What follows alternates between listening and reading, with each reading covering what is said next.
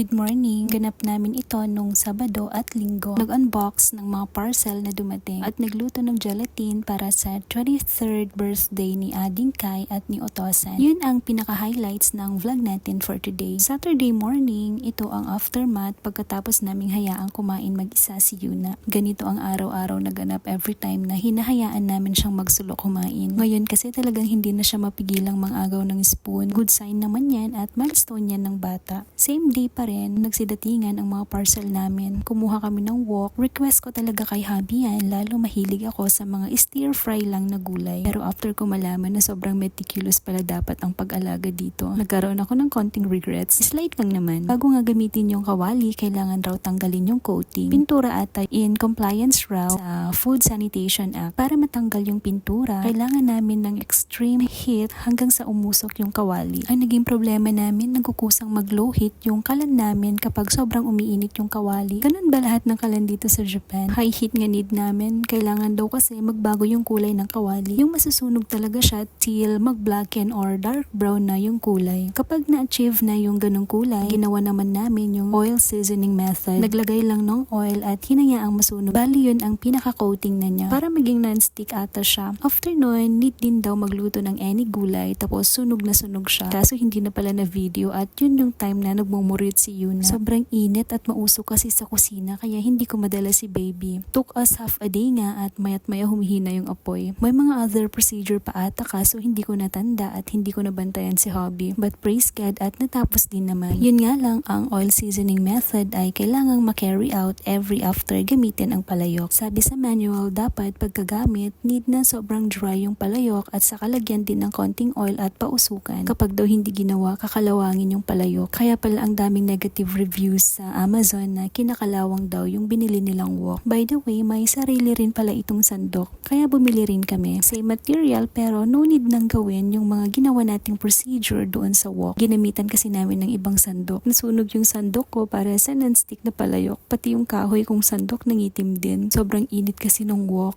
Pangarap ko kasi talaga matutunan yung ginagawa sa commercial kapag nagluluto ng sinangag. Kinagabihan pala, dumating din yung dish rack na order namin. May dati na kaming gamit kaso sa kakikiskis ko, natanggal yung pintura kaya kinalawang siya. Pinaset up ko na rin pala kay hubby at mayat maya lang busy na ako para magluto ng gelatin. After i-set up ni hubby, binuksan niya naman yung isa pang parcel. Milk naman ni baby yan. Sobrang lakas niya mag-milk ngayon. Minsan kinukulang na niya yung 240 ml. Sinabay na rin namin yung digital weighing scale. Yung dati ko kasing gamit na sira, gawa siguro ng kabigatan ko na. At eto nga, kasing bigat ko ang isang kabang bigas. After mag-unbox ng mga pinagkagastusan, nag-start na rin ako magluto ng gelatin. Lasagna nga sana ulit ang lulutuin ko kaso hindi kami nakapunta sa Pinoy store para bumili ng creamer. Nagamit ko na kasi lahat nung gumawa ako ng salad at lasagna. Sa kaserola, maglagay ng fresh milk, 1000 ml yan. Pwede kayong gumamit ng water kung nagtitipid kayo. Saka natin dahang-dahang ilagay yung gelatin powder. Pandan flavor pala yan. Constant na halo habang binubuhos para hindi mamuo until ma-dissolve yung gelatin powder. Maglagay din tayo ng condensed milk, 380 grams yung ginamit ko. Maglagay din tayo ng evaporated milk, 410 ml yan. Halu-haluin lang na maayos hanggang sa matunaw yung condensed milk, saka natin pakuluan. Anyways, kapag kumulo na, i-transfer agad sa container habang mainit pa. Mabilis kasi mag-set yan. Kinabukasan pala neto, sa church na, nagluto si Pastora ng vegetable lasagna. Cream pala yung nilalagay niya. Ang ganda ng lutuan. Induction daw yan ng Amway brand. After a few minutes, nilagay na rin yung cheese. Nilagay lahat yung cheese na nasa pouch. Sobrang dami nun. Tingnan nyo pagkakulo, itsura palang naglalaway na kami. Lalo si Sis Adi na sobrang hilig sa cheese. Gawa rin pala ni Pastora ito. Cheesecake ata ito. Dalawa kasi yan, cheesecake at sweet potato cake. O diba may sweets pero healthy pa rin. Itong mga pinaghiwa-hiwalay ni Sis Rochelle ay flour tortilla ata. Ito naman yung gelatin na ginawa ko the other night. At pinya na pinabalatan ko kay hubby last night din. Nilagay kasi namin sa chiller para mas masarap. Nandok say magbalat ng pinya, no? Kayo rin ba ayaw nyo magbalat ng pinya? Ang dami kasing mata, ang hirap tanggalin. Buti na lang masipag ang asawa ko. Oh wow, may buttered shrimp din. Si Pastora rin ang nagluto. Binalik niya sa kusina yung pinya para lagyan ng asin. Para healthier, meron din tayo syempre lettuce. Tapos, hinaluan ng noodles. Hindi ko na natanong kung ano ang tawag sa noodles na yan. Yung seasoning na ng noodles mismo ang ginawang dressing. Tapos, nilagyan din ng kamatis. Maliban pala sa birthday ni Kai, isa-celebrate din ang birthday ni Otosan. Pareho silang September ang birthday. birthday. Meron din tayong pansit thanks to Ate Cindy, chicken karage na gawa naman ni Kuya Rainier. May sandwich din na na-wrap na parang gift gawa ni Sis Abby at leche flan din. Syempre, ang never mawala sa hapagkainan, ang kanin. Kinantahan na nga ng happy birthday si Ading. Surprise nga pala ito sa kanya at ayan, wala pa ata siyang tulog mula sa work. Bago ang kainan, may pictorial muna with the birthday celebrant. Syempre, hindi pwede mawala yan for the memories ba. Tignan niyo yung lasagna, sobrang sarap niya. Sobrang malinam na at cheesy. Next time sa lasagna ko, dadamihan ko rin ng cheese. Yung lasagna pala na kinain namin, after a few hours, naglilinger pa rin sa bunganga namin. Mga damit nga rin namoy, amoy lasagna na rin. Ayan, kain na po tayo. Itadakimasu. After ng kainan, hindi na pala nakapag-video. Lumipat kasi kami sa kabilang unit at pinatulog ko ang Yuna. Nag-practice ang praise and worship team kaya paggabi na nung nakauwi kami. Sa station na pala ito sa amin. 5:45 p.m. na nung time na to. Habang papalapit palang winter, bumibilis na rin ang pagdilim. Usually kasi kapag summer, sobrang tagal dumilim kahit 7 p.m. na. Ngayon wala pang 6 p.m. pero dumidilim na. Nung Sunday pala naiwan namin sa church itong stroller ni baby. Mabuti na lang at